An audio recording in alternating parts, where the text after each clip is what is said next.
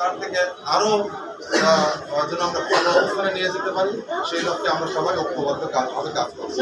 তারেক রহমান, আমরা আশা করি পিন্টু ভাই আগামী দিনে ধানের পাবেন।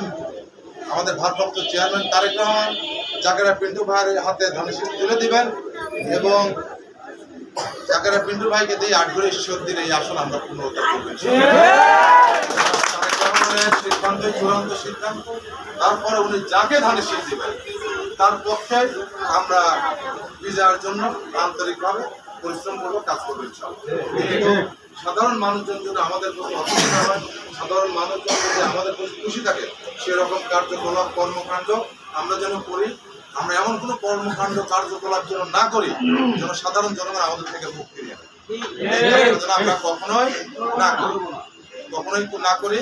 তারেক রহমান আমাদের প্রিয় নেতা, আমাদের ভারপ্রাপ্ত চেয়ারম্যান তারেক রহমান প্রতিনিয়ত একই বক্তব্য, একই কথা প্রত্যেক দিনই কিন্তু এই বিষয়টা আপনারা মাথায় রেখে জনগণের সাধারণ জনগণকে সাথে নিয়ে আগামী দিনে ধানের শীষকে বিজয় করার লক্ষ্যে আমরা আন্তরিকভাবে কাজ করবো।